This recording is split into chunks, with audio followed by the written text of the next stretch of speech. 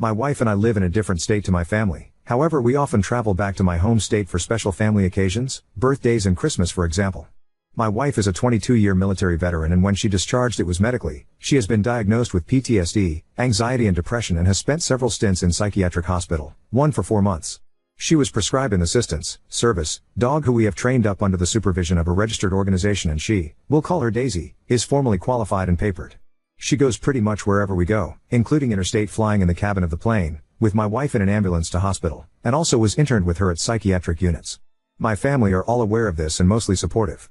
However, the last time we visited for my niece's 21st birthday, I was questioned by both my sister and my niece about whether Daisy was accompanying my wife to the party, which I responded that she was, as my wife really struggles in loud crowded environments. There was about 80 people and loud music together in one room. My niece suggested several reasons why Daisy shouldn't go: loud music, balloons, lots of people. Which I assured her Daisy was fine with, and they already know this being very familiar with Daisy's very calm temperament. My sister then spoke to me after my niece and also said similar things, not outright saying, but heavily suggesting it would be better if Daisy didn't attend. I just said if my wife feels she needs her, she will be attending. Sometimes my wife has been able to do small things without her, but never big events like parties, even shopping centers and restaurants. Daisy comes with her. Anyway, the party came and went. My wife had to take 4 Valium to cope, but managed to sit through the evening with Daisy by her side at our feet at a table. Other people throughout the evening went over to talk to her and most didn't even notice Daisy was there.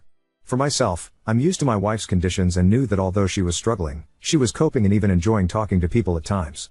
I danced the night away, periodically sitting down beside my wife and checking in. After the party was over, we had a few days at my sister's house where the topic of her son's impending wedding came up. Again I was asked by my sister if my wife would be taking Daisy. I again said yes, more than likely, for the same reasons as the 21. Lots of people, loud noises, crowded environment. Again it was inferred that the event wouldn't be suitable for Daisy. The tables were really crowded, lots of people, plus my sister suggested that if my wife didn't have Daisy she would be able to get up and dance. Before my wife had her breakdown, she was not a dancer and now with her anxiety, there's no way she'd be comfortable out on a dance floor. I was so taken aback I didn't know how to respond. My wife heard my sister talking to me and so she suggested she only go to the ceremony and skip the reception to avoid my sister getting stressed out about her dog. My sister snapped they are at the same venue. Then softened it with of course we want you to come. Both my wife and I felt very uncomfortable and kept reassuring my sister Daisy would be fine as she has been taught to sit under my wife's chair out of the way. It felt like the concerns raised weren't genuine concerns but just a way to feel like Daisy was unwelcome. We flew back home not long after and this is where I may be TA. We woke up the next morning and the first words out of my wife's mouth were maybe and should just stay home for the wedding and you go by yourself so I don't stress your sister out by taking Daisy. I felt so bad for her. It's taken such a long time for her to feel comfortable in going out in public, and Daisy has been instrumental in that, and now my family were making her feel like she wasn't welcome with her assistant's dog. I reassured her but later in the day I rang my sister and told her what my wife had said, and that perhaps more care could be taken to make sure my wife wasn't left feeling that her conditions were not considered. I told her my wife had said perhaps she shouldn't go to avoid stressing her out and my sister just said yes and? To which I replied that she had been prescribed a dog for a reason, and without her dog my wife would likely not go anywhere, like she used to.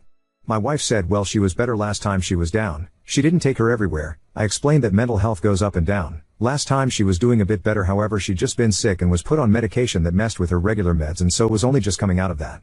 Also I reminded my sister the last time we didn't really go out apart from to a restaurant, to which Daisy also came.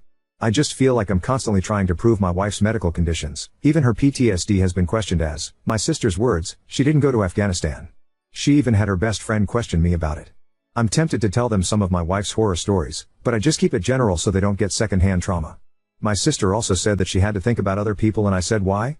Does someone have a problem with Daisy attending? And she said her son, my nephew, and his future wife had spoken to her about it. I said well I'll ring them then, which she hastily replied, no you can't, they spoke to me in confidence.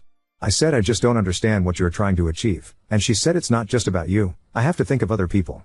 I said well you wouldn't be asking Nana if she was bring her wheelie walker, and she said actually Nana might be in a wheelchair so I'll have to put her at the end of the table, to which I snapped and said, yes, but you wouldn't tell her she's not allowed to bring her wheelchair.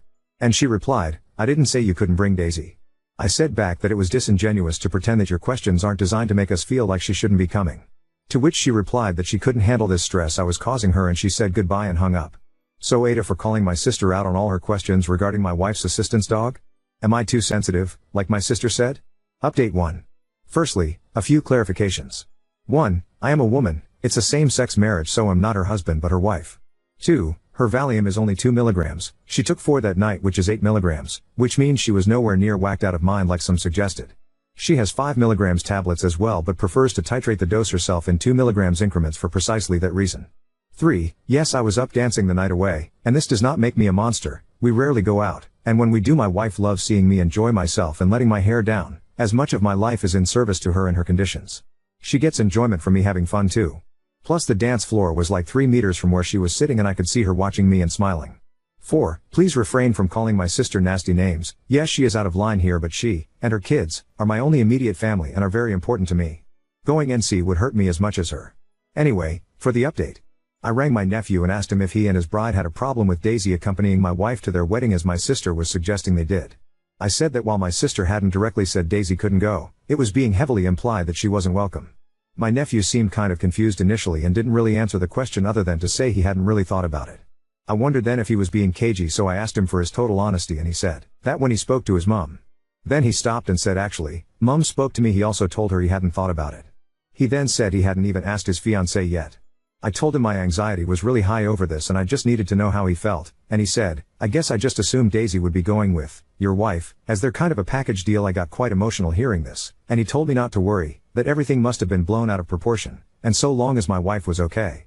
He's always been a really caring kid, which is why I had my suspicions that my sister wasn't being totally honest. Anyway, we chatted some more. He told me to stop crying otherwise he'd cry at work and all his mates would laugh at him, which made me laugh. He said he'd ring his mom, so I guess shit is going to hit the fan. I have several stress-related conditions because of what I've been through keeping my wife alive, so I really struggle these days with anxiety. I have Minoka and have had a heart attack in the past from stress, to Castubo. I've been having really bad chest pain from this and stomach upset, so although I was tempted to tell my nephew not to call his mom, I need a resolution one way or another. The limbo is too difficult to manage. Let's go to the next story. Am I overreacting for wanting to end a friendship because they body shamed my child? I, 27F, was at a friend's house last night with a group of friends of over a decade.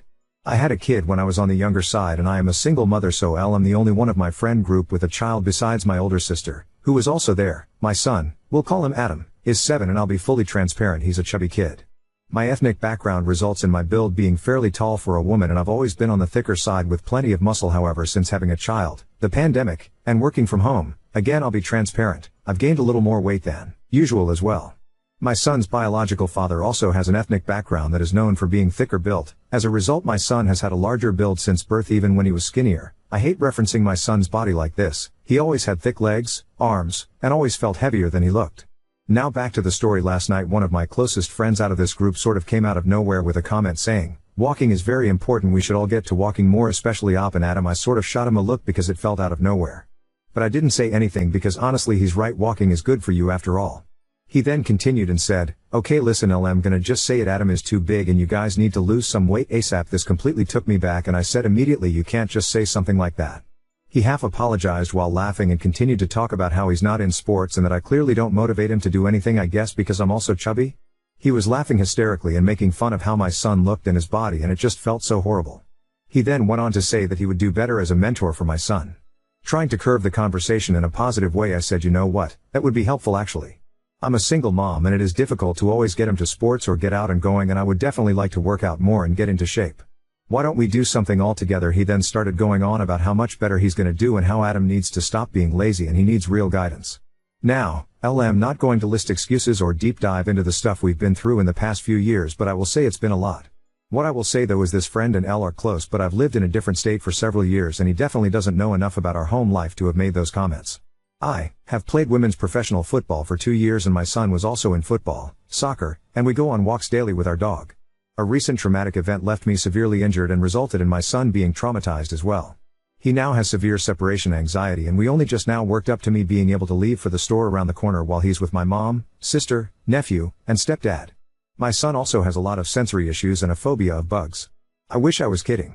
It's gotten so bad that it's hard now to take him to outside events without complete meltdowns. And yes, we have been working on it, but it is difficult especially in the summer months. I have still found ways to get him into indoor sports and still get time in the sun at parks, zoos, and aquariums. I have made my best effort as a single parent and I will admit that I have failed. There's been times that we couldn't afford the healthy option. Or times I've worked 12-hour shifts and haven't been able to cook. I will take responsibility as a parent that my child has gotten chubbier, but why make fun of and comment on a child's weight?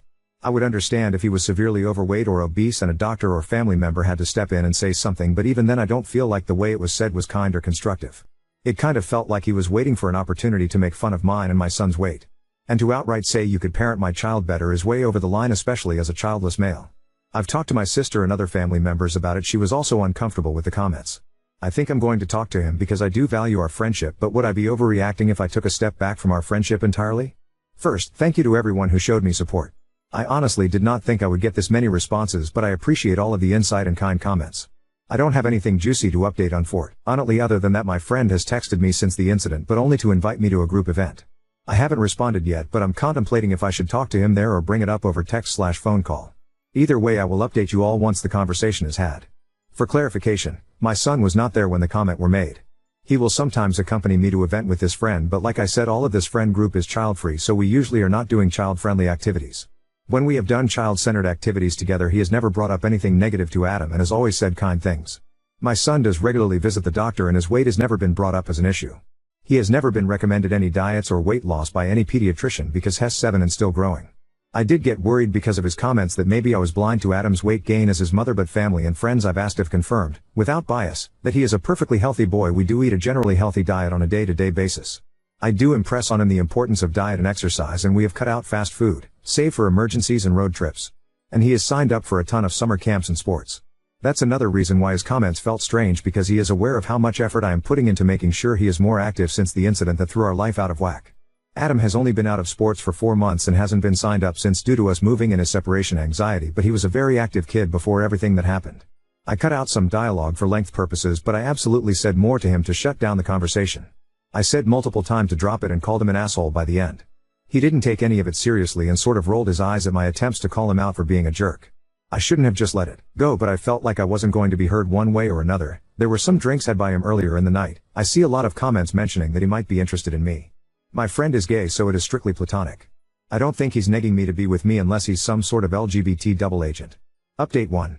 All of your insight definitely helped me in my decision to not remain friends with this person. However, in light of recent events, it seems I wouldn't have had to anyways. So on to the update. I mentioned in my original post that everything this friend said about my child was said in a room full of our mutual friends. Well, not too long ago we all attended a gay pride event together and ended up all hanging out. I left early, mom duties, but they all continued to hang out and drink. Apparently after I left, the friend who insulted my kid, Jerry, and our other mutual friend, Kyle, who owned the apartment, got into an argument that grew into a physical fight. Jerry got extremely violent and ended up biting through Kyle's finger and punching his girlfriend in the face when she tried to intervene. He also broke over $1,000 worth of things in their apartment, and from what I heard, the entire place was covered in blood. The next morning I get a call from Jerry and he tells me his version of what happened. He was drunk. He blacked out. He had no clue until the next morning. It wasn't that bad. I then spoke with Kyle and his girlfriend and got the full version of the night's events that I detailed above. They also spoke with me about how disappointing and uncomfortable his comments about my son Adam made them, as they all know and love my son and know he is well taken care of. Long story short, we have all decided to end our respective friendships with Jerry. His use of manipulation, the blatant lying, and his strange and rude comments have all come to the surface, and as sad as we all are to be losing a friend of over a decade, this has to happen. He is, obviously, not happy about it and has been contacting us all frequently, calling us assholes and saying we all abandoned him. Anyway, not the cheeriest of updates, but thank you all again for sticking it through. I'm glad I was able to make my decision to distance without also having to lose my other friends in the group, but I feel so horrible that they had to go through that. My gripe with Jerry seems so small now compared to what happened. It seems to have really traumatized Kyle and his girlfriend.